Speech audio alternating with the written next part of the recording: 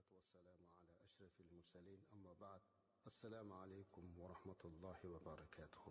Muhtaram azizlar, haqiqatda olib qaraganimizda umr g'animat ekan. Kunlar o'taverar ekan, soniyalar o'taverar ekan, har yili bir o'tgan davrga yana kimlardir qaytib kelar ekan, kimlardir kela olmas ekan. Alloh azza va jalla Qur'oni Karimda oylarni 12 oy qilib yaratganini aytadi. Va mana shu 12 oyning to'rtasini xurum oylarga aylantirgan. Xurum degani urushish harom qilgan, vayronkorlik yoki boshqa yomon ishlarni qilishlik harom qilingan oylar turki ummatga kiradi. Mana shu 4 ta xurum oylardan bittasi bu Rajab oyidir. Payg'ambarimiz alayhisolatu vasallam ham bu haqida quyidagi hadisni aytadilar. Zamon Alloh taolo osmonlar va yerni yaratgan kunidagidek holatga qaytdi. 1 yil 12 oydir. Shulardan 4 tasi harom oylar bo'lib, 3 tasi ketma-ket keladi.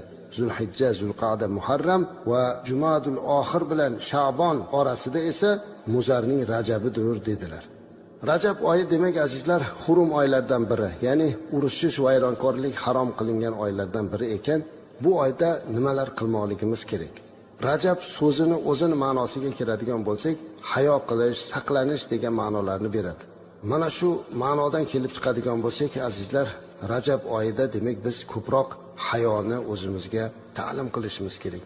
Chunki mo'min musulmon doim hayoli bo'lmoqligi kerak. Va bu xurum oylarda har qanday urushni to'xtatmoq kerak. Hatto bu xurum oylarida islomdan avval ham urushlar to'xtagan. Otasini qotilini ko'rib qo'ygan inson ham otasini qotiliga biror narsa qilmagan. Chunki xurum oyida ko'rib qoldi. Aytaylik, Rajab oyida dushmanini ko'rib qolsa ham hozir bunga yomonlik qila olmayman, chunki Rajab oyi xurum oylardan biri deyilgan. Biz esa musulmon sifatida 14 asrdan beri buni eshitib kelayotgan ummat ekanmiz.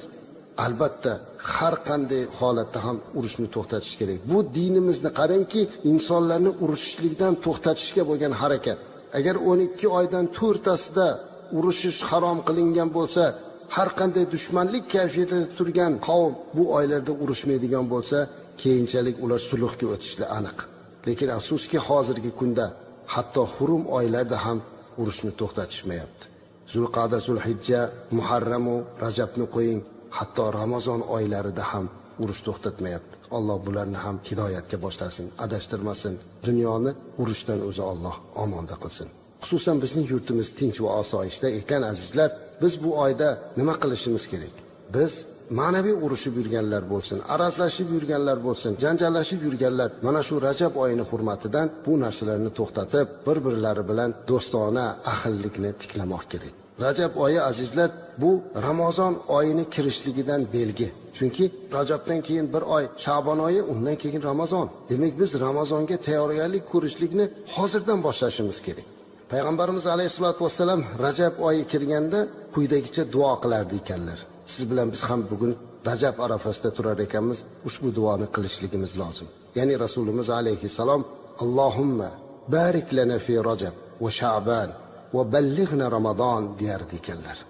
Ey Allohim, Rajab va Sha'bon oylarida bizga baraka ato qilgin va bizlarni Ramazon oyiga yetkazgin. Biz ham buni duo qilishimiz kerak. Siz va bizlarni ham Rajab va Sha'bon oyiga eson omon yetkazgan Robbimiz Ramazon oylariga ham sog' omon yetkazsin. Rajab oyida nima amallar qilish kerak? Ko'pchilik Rajab oyida mana bunday kunda ibodatlar qilish kerak, mana buncha namoz o'qish kerak yoki mana bu masalalar deb aytiladi. Bu gaplarning juda ko'pi zaif azizlar. Sahih qovullarga tayanmagan. Shuning uchun ulamolarimiz aytadiki, Rajab oyida maxsus qilinadigan biror bir belgilab qo'yilgan ibodat yo'q. Lekin Rajab oyida Payg'ambarimiz alayhisalom ko'p nafl roza tutganlar. Sahobalar aytadilarki, Payg'ambarimiz alayhisalom Rajab oyida roza tutganini ko'rib, u zot qaytib og'zini ochmasalar kerak deb o'ylar edik. Lekin og'zini ochib yurganini ko'rib, bu zot qaytib roza tutmasalar kerak deb o'ylardik degan ekanlar. Demak biz ham shundan xulosa qilishimiz kerak. Rajab oyida himmat qilgan odam, imkoniyatini qilgan odam nafl roza tutmoqligi kerak. Lekin nafl roza tutgan odam man nafl roza tutyapman deb tutmagan odamni oldida faxr qilmasin. Umuman azizlar, hamma nafl ibodatlar bu maxfiy bo'ladi. Payg'ambarimiz alayhisalom shuni o'rgatganlar. Biz ujubdan, riyodan saqlanishimiz kerak. Kim roza tutgan bo'lsa, Alloh qabul qilsin. Kim tutmagan bo'lsa ham biz buni hech qachon malomat qilmaymiz. Chunki bu Rajab oyining ro'zasi faqatgina ixtiyoriy qilinadigan ibodatdir. Shunday ekan azizlar, Rajab oyida agar imkoniyatimiz bo'lsa, sog'ligimiz ko'tarsa, himmatimiz ko'tarsa, ro'za tutaylik. Va bu albatta bizni Ramazon ro'zasiga tayyorlaydi. Payg'ambarimiz sollallohu alayhi vasallam shunday qilganlar. Demak, Rajab oyini ba'zida ro'za tutib, ba'zida tutmagan ekanlar. Biz ham iloji boricha bu oyda ilojini qilsak, avvalida, o'rtasida, oxirida, bo'lmasa kun ora qilib yoki dushanba, payshanba, Rajab oylari kunlarida nafl ro'zalarni tutmoqligimiz kerak. Va bu oyda eng asosiysi azizlar, biz Ramazonga ma'naviy tayyorlanishni boshlashimiz kerak. Xafa qilganlardan uzr so'rash, haqqi borlarning haqqini ado qilish, xonadonimizga ma'naviyat, ma'rifatni olib kirish va farzandlarimizni ham tarbiyasiga yanada e'tiborimizni qaratib, Ramazon oyiga tarbiyali, musaffo bir holatda kirishlikka harakat qilmoqligimiz kerak. Va hammamiz yana bir karra payg'ambarimiz alayhisolatu vasallam qilgan duoni takrorlab, Allohumma barik lana fi Rajab va Sha'bon va ballighna Ramazon. Ey Allohim, Rajab va Sha'bon oylarida bizga baraka ato qilgin va bizlarni Ramazon oyiga yetkazgin. Rajab oyini bizlar yaxshilikda o'tkazishligimizni Alloh nasib qilsin.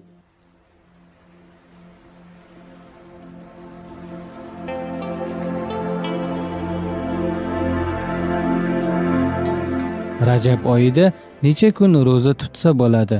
Rajab oyi harom, ya'ni ashhurul harom oylardan biri hisoblanadi.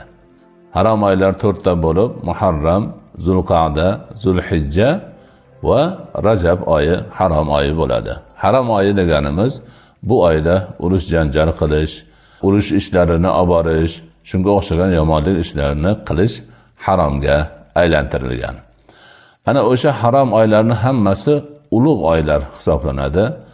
Undagi qilinadigan ibodatlarning savobi ko'paytirib beriladigan oylar hisoblanadi va shuning uchun bu oyning kunduzlarida ro'za tutsa savob bo'lish umidi katta.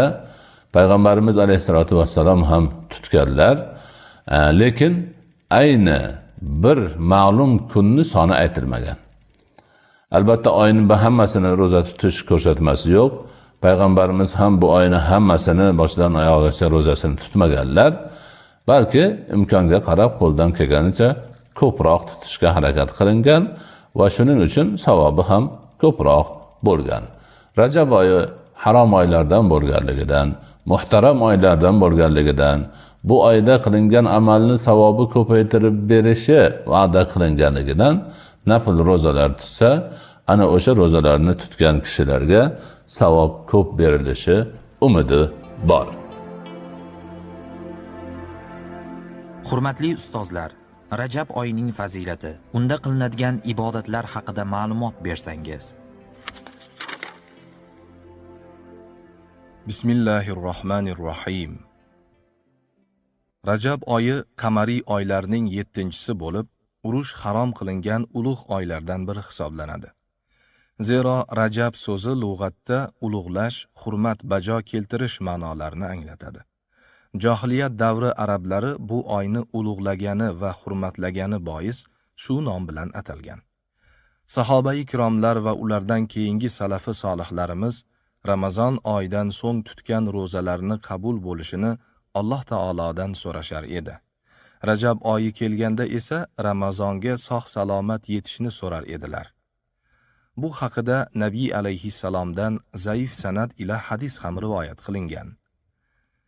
An Anas ibn Malik qol: كان النبي صلى الله عليه وسلم إذا دخل رجب قال: اللهم بارك لنا في رجب وشعبان وبلغنا رمضان. رواه الإمام ابن عساكر والبيهقي. Yani Anas ibn Malik roziyallohu anhudan rivoyat qilinadi. Rajab oyi kirsa, Nabiy sallallohu alayhi vasallam: ey Alloh, Rajab va Sha'bon oylarida bizga baraka bergin va Ramazon oyiga yetkazgin der edilar. Imom ibn Asokir va Imom Bayhaqiy rivoyat qilgan. Imom Navaviy va Ibn Rajablar zaif hadis degan. Mashhur tobeinlardan bo'lgan Abu Qiloba rahimahulloh Rajab oyi fazilati haqida shunday degan. Amr ibn Shibildan rivoyat qilinadi. Abu Qiloba roziyallohu anhudan eshitdim. U zot aytadilar: Rajab oyida roza tutuvchilar uchun jannatda bir qasr bor. Imom Bayhaqiy rivoyati. Shunday ekan, imkoni bor kishilar Rajab oyidan boshlab nafl rozalarni tutib, Ramazon rozasiga o'zlarini tayyorlab borishlari maqsadga muvofiq bo'ladi.